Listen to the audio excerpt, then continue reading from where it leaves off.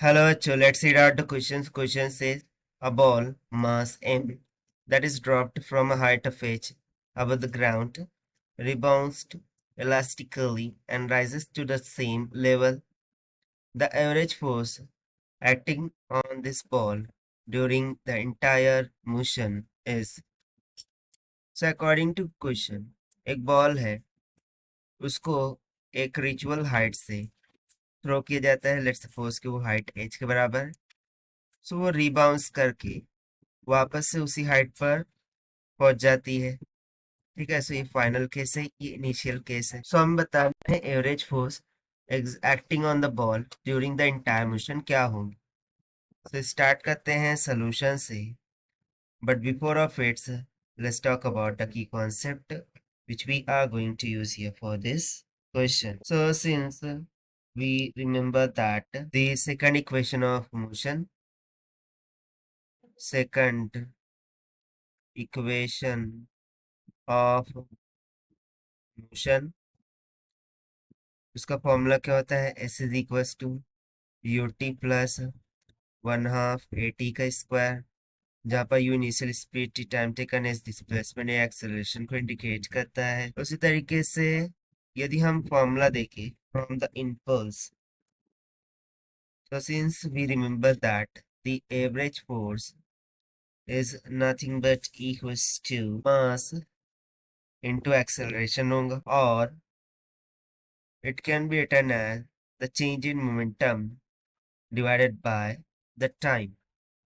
सो इन concept का use करते हुए स्टार्ट करते हैं हम सोल्यूशन. तो सबसे पहले तो हम लेट कर लेते हैं कि let the ball be dropped from height h, from height h, यानी कि हाइट h से बॉल को ड्रॉप किया गया है. So the speed of ball before the collision, वो किसकी इक्वल होंगी, माना कि v के इक्वल है. सो इसको हम कैसे फाइंड करेंगे, by using second equation of motion. s is equals to U T plus में 1/2 ए टी का स्क्वायर हो जाएगा. so यहाँ से हाइट क्या हो गई h, initial speed 0 multiply by time t plus में 1/2 एक्सेलरेशन ड्यू टू ग्रेविटी कितना होगा g times of T square. So यहाँ से मैं यदि टाइम ऑफ फ्लाइट निकालूं, so this will be equals to under root of 2h divided by g होगा. इसको हम मानेंगे इक्वेशन नंबर फर्स्ट. बट हमें क्या कैलकुलेट करना है, the speed of ball before collision. So we would say that के बिफोर कोलिजन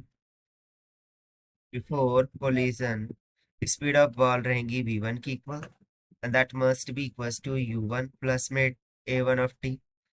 यानी कि हमने simply first equation of motion का यूज किया है. तो यहाँ से v1 is equals to initially तो रेस्ट छोड़ा गया तो 0 रहेगा, प्लस में a1 a के बराबर रहेगा, और यानी कि a1 जो है तो वो डाउनवर्ड डायरेक्शन में एक्सेलरेशन ड्यू टू ग्रेविटी है, तो वो g के इक्वल होगा. Multiply by time of flight कितना है, अंडर रूट में 2h/g फ्रॉम इक्वेशन 1.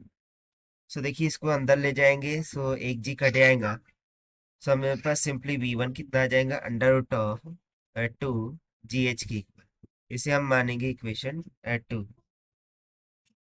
उसी तरीके से ये तो था before the collision speed.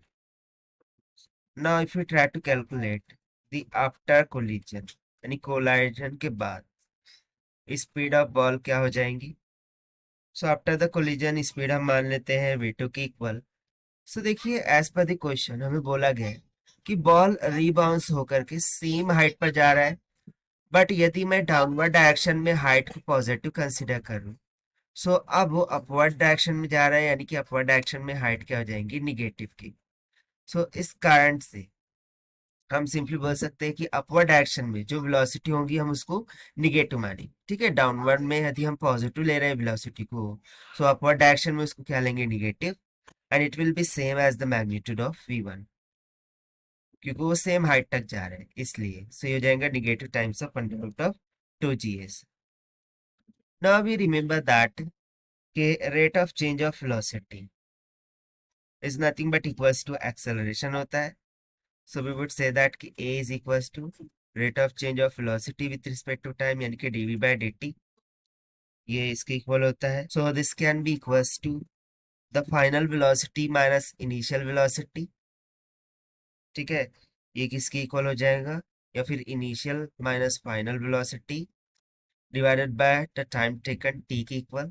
So this will be equals to under root of 2gh minus minus will get plus under root of 2gh divided by t के equal. so यहाँ से हमें एक्सेलरेशन कितना मिल जाएगा, 2 times of under root of 2gh divided by t की। इसको हम मानेंगे equation third.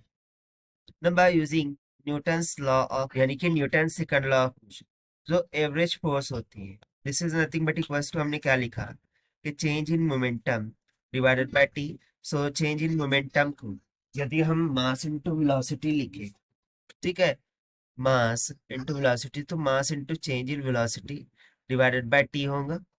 So it will be simply equals to mass into delta V by T, क्या हो जाएगा, एक्सेलरेशन। और ये हमने इक्वेशन थर्ड में फाइंड आउट किया है। तो यहाँ से मुझे एवरेज फोर्स कितनी मिल जाएगी, this will be equals to mass times of the acceleration 2 into में under root of 2a/g/h divided by t की। Now from equation 1 we have already found that the time of flight as under root of 2h/g। so उसको यहाँ पर substitute कर देते हैं। so it will be goes to m multiplied by 2 under root में 2gh divided by time of flight कितना है, under root of 2h divided by g के इक्वल। सो यदि मैं इसको सिंप्लीफाई करूं, सो 2h कट गया, g इंटू जी हो जाएगा और m बचेगा। यानी कि हमारे पास जो एवरेज फोर्स है वो किसके इक्वल आ जाएंगी, simply m times of g के इक्वल। और यही हो जाएगा हमारा required answer to this question. Now, according to given option, option A is correct. So this is the required solution. I hope you understand. Well, best of luck. Thank you.